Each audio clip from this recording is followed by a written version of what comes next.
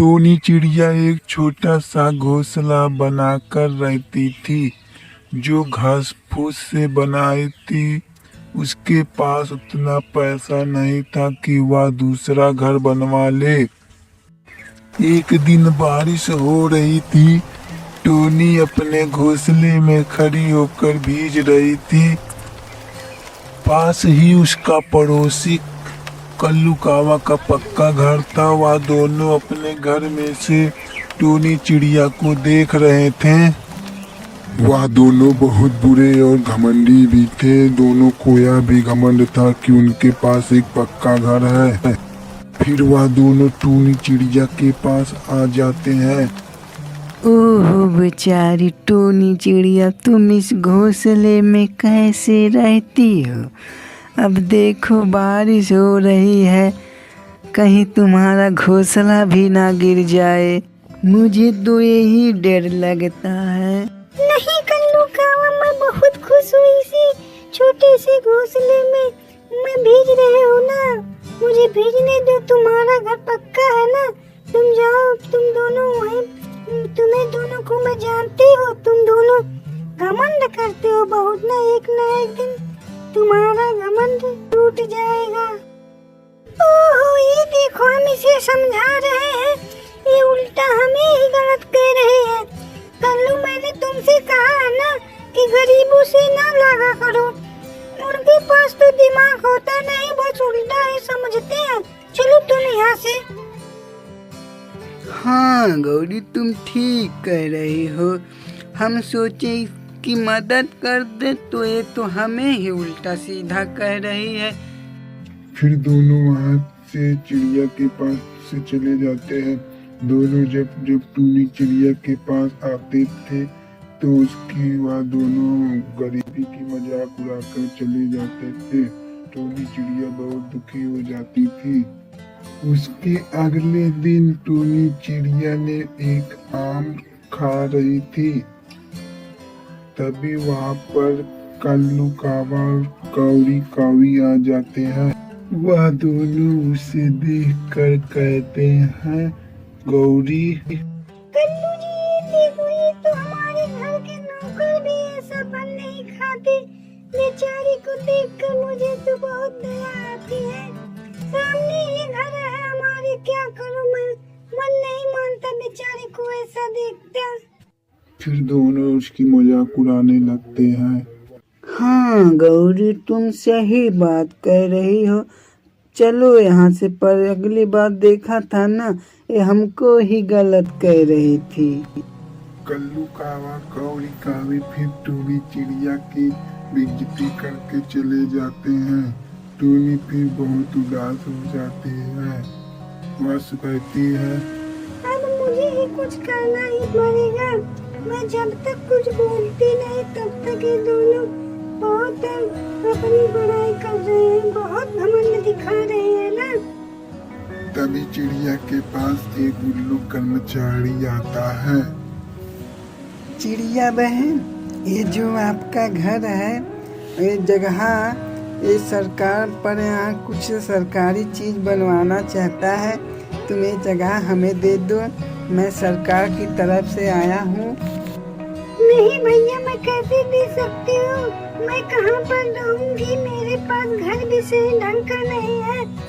मेरे पास ये घोंसले का घास फूस का बना है, मैं कहाँ पर रहूँगी? आप ही बताओ। नहीं बहन, तुम समझी नहीं। इसके बदले में सरकार आपको कुछ पैसे देगी और तुम्हें घर बना तुम्हारा ही बगल में करवा देंगे हम। तब ठीक है भैया, आप करवा दो आप।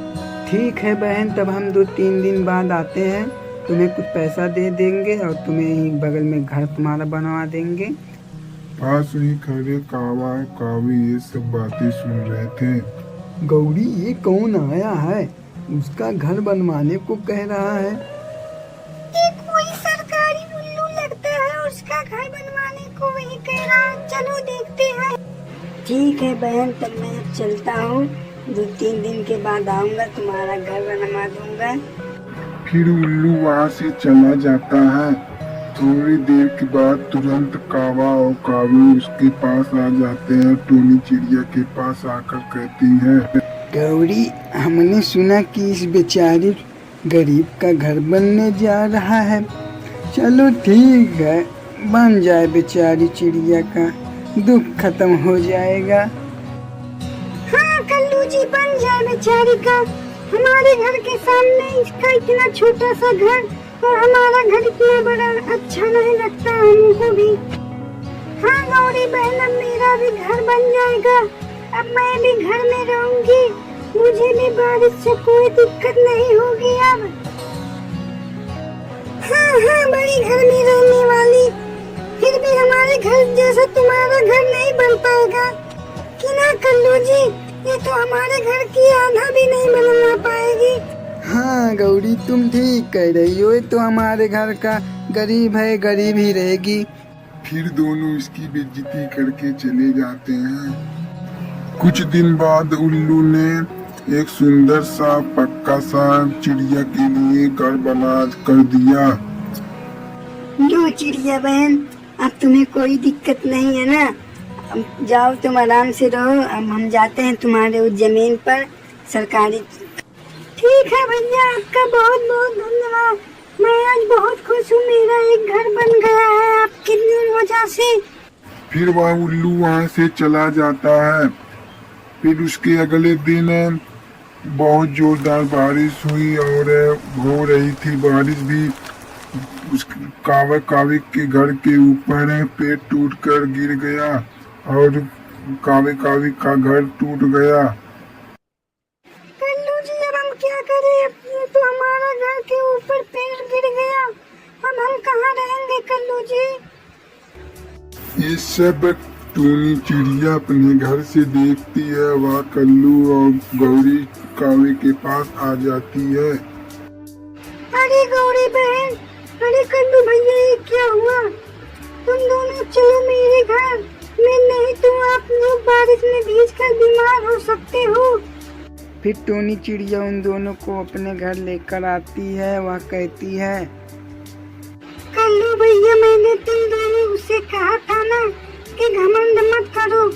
आज देख लिया ना घमंड करने का क्या हाल तुम दोनों का हो गया है।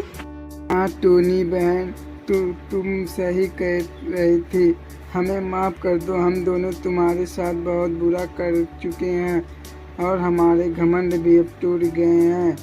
अब हम कभी घमंड नहीं करेंगे बहन, हमको माफ़ कर दो। अब हम खुश। हाँ बहन, हमें माफ कर दो, हम कभी घमंड में नहीं रहेंगे। अब हमें पता चल गया घमंड नहीं करना चाहिए। ये कहानी आपको कैसी लगी? कमेंट बॉक्स में प्लीज लिख